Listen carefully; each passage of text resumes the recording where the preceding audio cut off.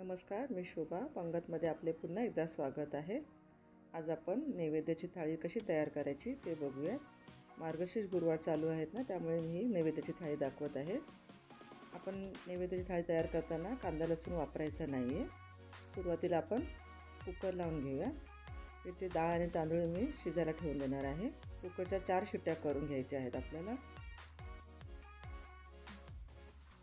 कुकरच्या शिट्ट्या होत आहेत तोपर्यंत आपण भाजी फोडणी करून घेऊया। इथे कढईमध्ये तेल गरम करून घ्या। तेल तापल्यावरती 7 ते 8 हिरव्या मिरच्या घालायच्या आहेत। आपण पालेभाजी फोडणीला घालणार आहोत। चवळीची भाजी पालेभाजी करणार आहोत। पालेभाजीला नेहमी लसूण लागतो, पण आपण लसूण घालायचं नाहीये। मिरच्या चांगल्या भाजून झाल्यानंतर आपल्याला त्याच्यामध्ये पालेभाजी घालायची आहे। इथे मी चवळीची भाजी घेतलेली आहे। ती स्वच्छ निवडून 2 ते 3 पाण्यात स्वच्छ धुवून घ्या।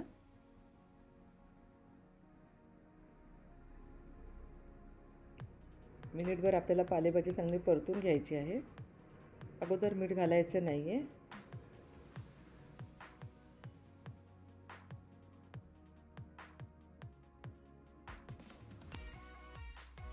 आता इथे चवीनुसार मीठ घालायचं आहे।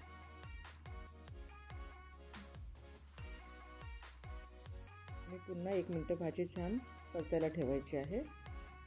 पालेभाजी शिजायला काही जास्त वेळ लागत नाही।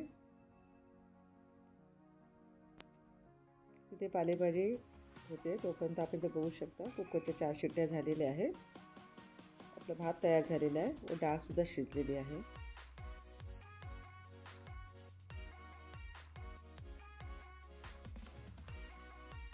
इथे एका पॅन मध्ये तूप गरम करून घ्या।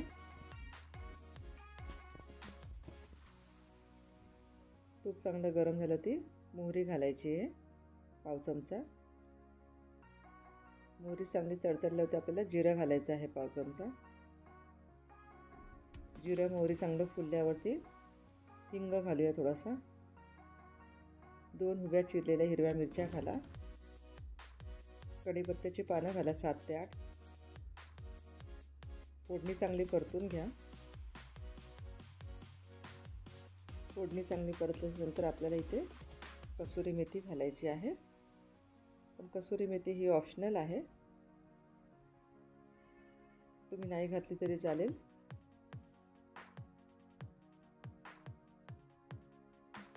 फोडणी चांगली परतल्यानंतर एक टोमॅटो बारीक चिरून घाला। टोमॅटो घातल्यावरती पुन्हा अर्धा मिनिटभर फोडणी चांगली परतून घ्या। आता शिजलेली डाळ घालूया।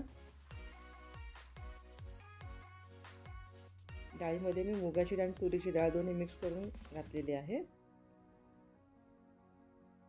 तुम्ही कोणतीही एक डाळ वापरू शकता। अर्धा चमचा हळद व मीठ चवीनुसार घालायचं आहे आपल्याला। डाळ छान अशी उकळू द्या।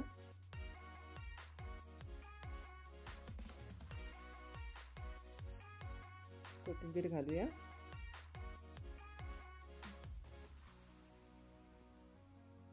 इथे डाळ उकळते तोपर्यंत आपण भाजी बघूया। इथे तुम्ही बघू शकता पालेभाजी तयार झालेली आहे। पालेभाजी झाल्यावरती गॅस बंद करून मग ओलं खोबरं घालायचं आहे वरून।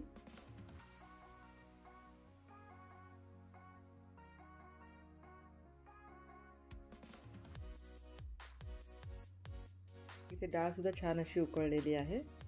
डाळीचा सुद्धा गॅस बंद करूया आपण आणि डाळीला सुद्धा ओलं खोबरं घालायचं आहे वरून।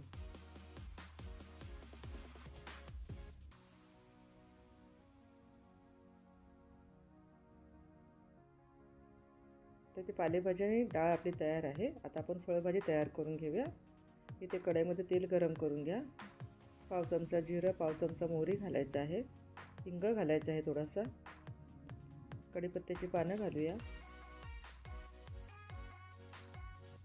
फोडणी चांगली झाल्याच्या नंतर आपल्याला याच्यामध्ये सर्व मसाले घालायचे आहेत।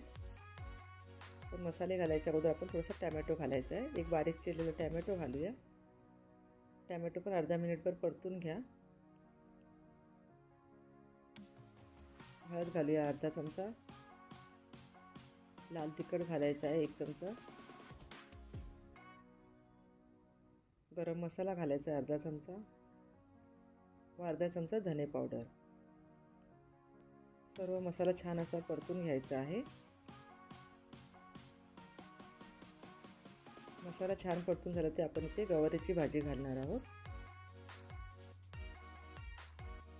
मिनिटभर चांगली गवारीची भाजी परतून घ्या.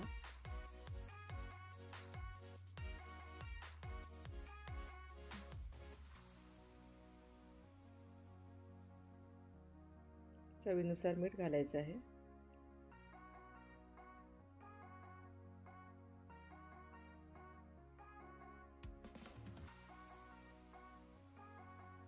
त्यानंतर झाकण ठेवून भाजी शिजायला ठेवून द्या. ते बघू शकता तुम्ही गवारीची भाजी शिजलेली आहे.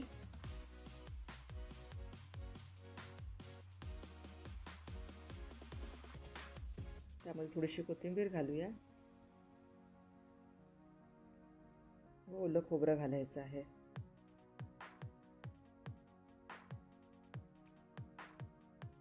इथे आपली गवारीची भाजी सुद्धा तयार आहे. आता आपण खीर बनवून घेऊया. इथे एक पॅन गरम करून घ्या. त्याच्यामध्ये तूप घालायचं आहे आपल्याला. तूप चांगलं गरम होऊ द्या.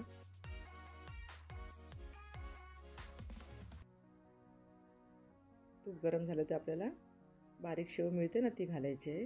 ही शेव भाजलेलीच असते पण अर्धा मिनिटभर थोडीशी छान अशी तुपामध्ये पुन्हा त्याला भाजून घ्या म्हणजे खिरीला चव छान येईल.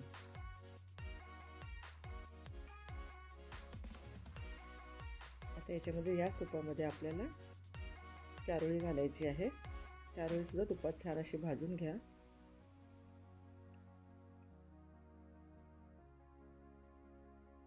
त्यानंतर आपल्याला ड्रायफ्रूट्स घालायचे आहेत. ड्रायफ्रूट तुम्ही तुमच्या आवडीनुसार घालू शकता. इथे मी काजू, बदाम आणि पिस्तेच घातलेले आहेत.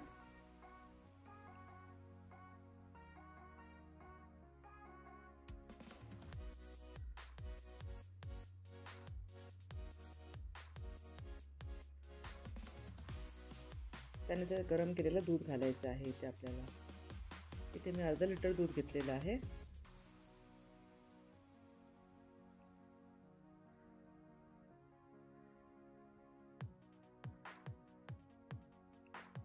तुमच्या आवडीनुसार तुम्ही ते साखर कमी जास्त करू शकता.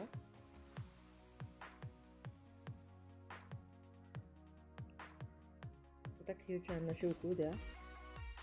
वेलची पावडर घाला.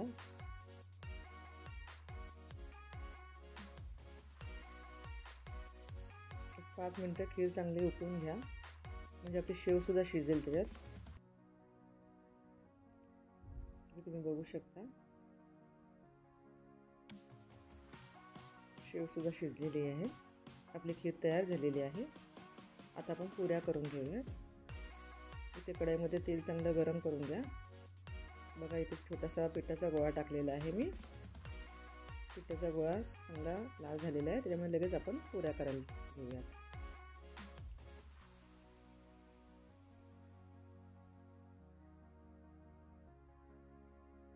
पुऱ्या छान अशा तांबूस रंगात तळून घ्या. जास्त लाल करायचे नाही आहेत पुऱ्या आपल्याला.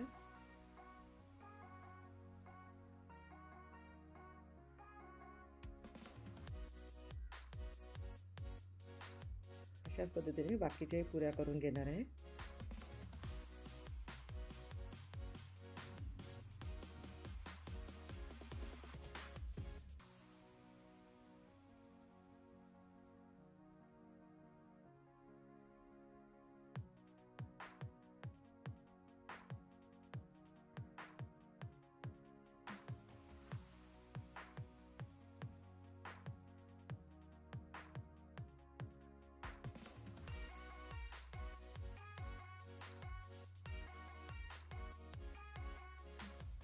मार्गशीर्ष गुरुवार सुरू असल्यामुळे मी तुम्हाला ही नैवेद्याची थाळी दाखवलेली आहे. झटपट अशी अर्ध्या तासात हा स्वयंपाक तयार होतो. आता इथे कुरवड्या भाजून घ्यायच्या आहेत आपल्याला.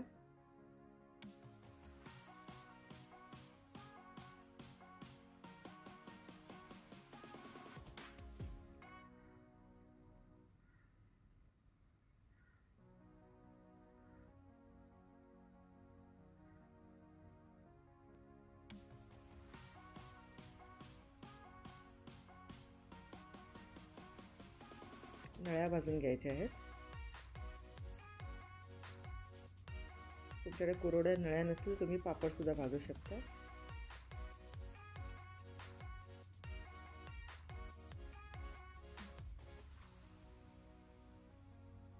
नळ्यासुद्धा छान अशा कुरकुरीत भाजून झालेल्या आहेत. त्यात आपण काढून घ्यायचे आहेत. आपली नैवेद्याची थाळीच्या सगळ्या वस्तू बनवून झालेल्या आहेत. तुम्ही ते बघू शकता. आपली नैवेद्याची थाळी तयार आहे. कशी वाटली तुम्हाला ही रेसिपी आवडल्यास रेसिपीला लाईक करा. रेसिपी जास्तीत जास्त शेअर करा. चॅनलला सबस्क्राईब करा. धन्यवाद.